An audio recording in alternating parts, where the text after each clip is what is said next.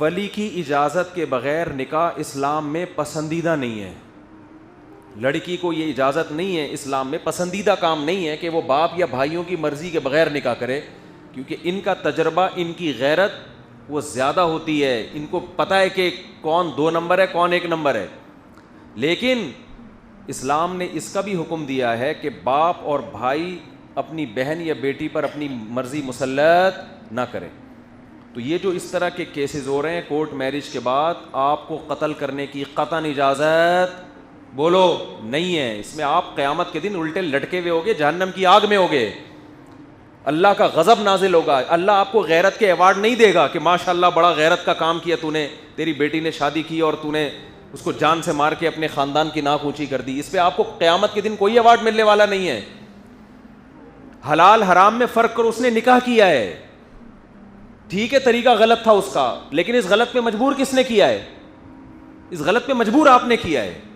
اور میں کہتا ہوں اس زمانے میں اللہ, میں نہیں ترغیب دے رہا کہ بھاگ کے نکاح کریں, لیکن اگر کوئی نکاح کر رہا ہے خدا کی قسم اس کے پاؤں دھو کے پیو.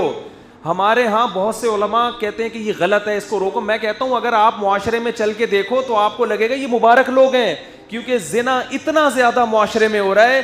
میں کہتا ہوں گھر سے بھاگ کے نکاح کرنے والی اس لڑکی سے کروڑہ گنا بہتر ہے جو اپنے بوائے فرینڈ کے ساتھ ڈیٹیں مار رہی ہے اور زنا کر رہی ہے. کروڑہ گنا بہتر ہے. آپ معاشرے کو کمپیئر بھی تو کرو, کس زمانے میں آپ جی رہے ہو, کس زمانے میں آپ زندہ ہو. برائی کا تذکرہ کرنا بھی برائی ہے. میرے سامنے جو یونیورسٹیوں کے حالات ہیں, پروفیسروں کے لڑکیوں سے چکر, لڑکیوں کے بوائے فرینڈوں سے چکر, یہ چکر اگر میں آپ کے سامنے بیان کروں, جو جتنے غیرت مند لوگ بیٹھے ہیں وہ شکر ادا کریں گے ہماری بیٹی نے بھاگ کے الحمدللہ شادی کی ہے, کسی سے چکر نہیں چلایا. اس پہ شکر ادا کریں گے. اس ماحول کو دیکھو آپ, ایک جگہ آپ کسی علاقے میں گئے, سارے ہیروئن پی رہے ہیں, آپ کا بچہ بھی اسی علاقے میں رہتا ہے, سارے کیا کر رہے ہیں؟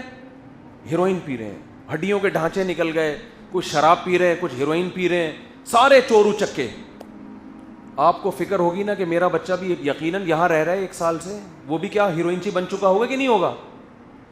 کیا خیال ہے بھائی؟ آپ کو تو فکر ہوگی, آپ کو یقین ہوگی ابھی میرا بچہ بھی گیا کام سے, بھائی میں نے تو کس علاقے میں اپنے بچے کو گھر دے دیا بنا کے. آپ گئے, آپ نے دیکھا آپ کا بچہ ہٹا کٹا ہے, سگریٹ پی رہا ہے وہ بیٹھ کے. آپ سگریٹ کو چیک کرو گے, یار اندر کچھ ہے تو نہیں, اس کے چرس تو نہیں بھری گئی. ادھر سے چیک کیا, ادھر سے چیک کیا. اب بچے سے آپ یہ نہیں پوچھو گے تو سگریٹ کیوں پی رہا ہے, آپ بچے سے پوچھو گے بیٹا چھٹے مٹے تو نہیں لگاتا؟ بیٹا کہے گا نہیں ابا. آپ گلے لگاؤ گے, آپ میرا کتنا پیارا بچہ ہے, الحمدللہ ہیروئنچیوں میں رہ کے بھی ہیروئن نہیں پیتا. وہ باپ یہ حرکت کرے گا جس کو کلچر کا پتہ ہے کہ یہ ہیروئنچیوں کا کلچر ہے, اس میں سگریٹ پینے والے کو اپریشیٹ کیا جائے گا.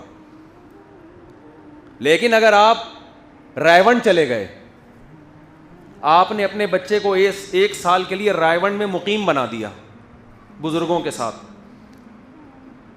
سارے آب زمزم پی رہے ہیں, مدینہ کی کھجوریں کھا رہے ہیں, تہجد چل رہی ہے, اللہ اللہ ہو رہا ہے, اشراق. رائے ونڈ میں تو یہی ماحول ہے نا, گھنٹوں گھنٹوں دعائیں ہو رہی ہیں. آپ گئے, آپ کا خیال تھا آپ کا بچہ بھی کوئی بہت بڑا بزرگ اب تک بن چکا ہوگا, 1 سال سے بزرگوں کے ساتھ. آپ کا خیال تھا میں جب جاؤں گا تو دعائیں مانگ رہا ہوگا, آنسو نکل رہے ہوں گے, یا سجدے میں سر ہوگا, یا اللہ رسول کی باتیں کر رہا ہوگا, 6 نمبر بیان کر رہا ہوگا, یا تشکیل میں ہوگا, یا تشکیل کرا رہا ہوگا, چہرے پہ نور ہوگا, داڑھی ہوگی, نہا دھو کے آیا ہوگا, خوشبو لگی ہوئی ہوگی, کیونکہ ماحول ایسا ہے. آپ گئے تو کیا پی رہا ہے؟ ادھر بیٹھا ہوا ہے, سگریٹ پی رہا ہے, صرف سگریٹ. آپ کے تو پاؤں سے زمین نکل جائے گی, یار کس ماحول میں نے بچے کو بھیجا تھا. اور یہ کمبخت ریونڈ میں تو کوئی بزرگ میں نے نہیں دیکھے سگریٹ پیتے ہوئے. نکل جائے گی کس کلچر میں نے بچے کو بھیجا یار, اور کیا کر رہا ہے کمبخت, سگریٹ پی رہا ہے. تو بھائی آپ کی بچی اللہ نہ کرے بار بار, کہ ایسا نہ ہو بچیوں کو اس سے ترغیب مل رہی ہو کہ مفتی صاحب نے کہا چلو ہم بھی نکلیں پھر, ٹھیک ہے نا. اگر خدا نہ خواستہ ایسا واقعہ ہو جاتا ہے, لیکن وہ شادی کرتی ہے جا کے, زنا نہیں کر رہی, تو آپ یہ سمجھو کہ ہیروئنچیوں کے محلے میں آپ کی بچی رہتی ہے اور صرف سٹا لگا کے واپس آ جاتی ہے. شکر کرو, اس کو گلے لگاؤ, بیٹا تو نے نکاح کیا ہے, اور اس کو آپ کو جو عزت کا جنازہ نکلے گا نا، اس کا طریقہ ہے، اس کا طریقہ یہ، کورٹ میرج اس نے کر لی ہے، آپ اس کو بلاؤ، بولو بھائی ابھی یہ بات پھیلی نہیں ہے، لڑکے کو بلاؤ، ہم پبلک کو جمع کر کے دوبارہ نکاح پڑھا دیتے ہیں. لوگوں کو کیا ضرورت، لوگوں کی زبانیں بند کرنے کے لیے پبلک کے سامنے ایک فیک نکاح دوبارہ کر لو تو کیا جا رہا ہے. ہم نے تو کرائے اس طرح نکاح، بھگایا نہیں ہے لڑکیوں کو گھروں سے، لیکن جو بھاگ گئیں، باپ آیا بھائی عزت کا جنازہ نکل گیا، لڑکی نے کورٹ میرج کر لی ہے، میں کہتا ہوں کوئی بات نہیں، لڑکا لڑکی کو بلاؤ، دھوم دھام سے ایک اور نکاح کر دو دنیا کے سامنے، تمیز سے رخصت کر دو. جو کام پہلے کرنا چاہیے تھا، غلطی ہو گئی، اب دوبارہ کر دو. 50-50 میں یہ ہوا تھا نا، 50-50 میں یہ ہوا تھا کہ وہ خاتون اپنی بچی کو روتے ہوئے رخصت کر رہی ہیں، ویڈیو بن رہی ہے، کیمرہ آن کرنا بھول گیا وہ بندہ کیمرہ آن کرنا بھول گیا. اب وہ خاتون اتنی مشکل سے، وہ تو ہمیشہ کے لیے یادگار ہے کہ ماں نے اپنی بیٹی کو روتے ہوئے رخصت کیا تھا، وہ کیمرہ آن کرنا بھول گیا. اس نے کہا میڈم وہ کیمرہ بھول گیا تھا، اس کمبخت سارا میرا بیڑا غرق کر دیا، اتنی مشکل سے روئی تھی میں. تو اب کیا ہے بھائی، دوبارہ سے، اس میں یہی دکھایا تھا کہ چلو دوبارہ سے، ایک دفعہ رونے کی ایکٹنگ کی ہے، یہ دوبارہ کر لو، بٹن دوبارہ دبا دیتے ہیں، دوبارہ سے رخصت ہو جاؤ. اب ہم اچھی طرح دیکھ لیں گے آن ہے یا نہیں ہے. تو ایک دفعہ آپ کی غلطی، آپ نے بچی کی مرضی کا خیال نہیں کیا، اس کی اپنی وقت پہ اس کا نکاح نہیں کیا، جہاں وہ چاہ رہی تھی وہاں نکاح نہیں کیا آپ نے. اس نے 10 دفعہ بتایا، ماں کو بھی، بھائی کو بھی، امی کو بھی، پرچے لکھ لکھ کے تکیے کے نیچے رکھے، اس نے، آپ کی کھوپڑی میں بات نہیں آئی. اب جب وہ بھاگی ہے اور آپ کی عزت کا جنازہ نکلنے کا خطرہ ہے، کورٹ میرج کر لی یا چھپ کے کہیں نکاح کر لیا، جنازہ نکلنے کا خطرہ ہے، اس کا مطلب کیمرہ بند تھا، اب دوبارہ آن ریورس کرو. یہ بولا بیٹا واپس آؤ، تمیز سے رخصت کریں گے ہم تمہیں، ٹھیک ہے نا، واپس آ جاؤ، کسی کو بتانے کی ضرورت، مجھے یہ طریقہ بالکل بھی پسند نہیں ہے، اس کو بتا دو تمیز سے.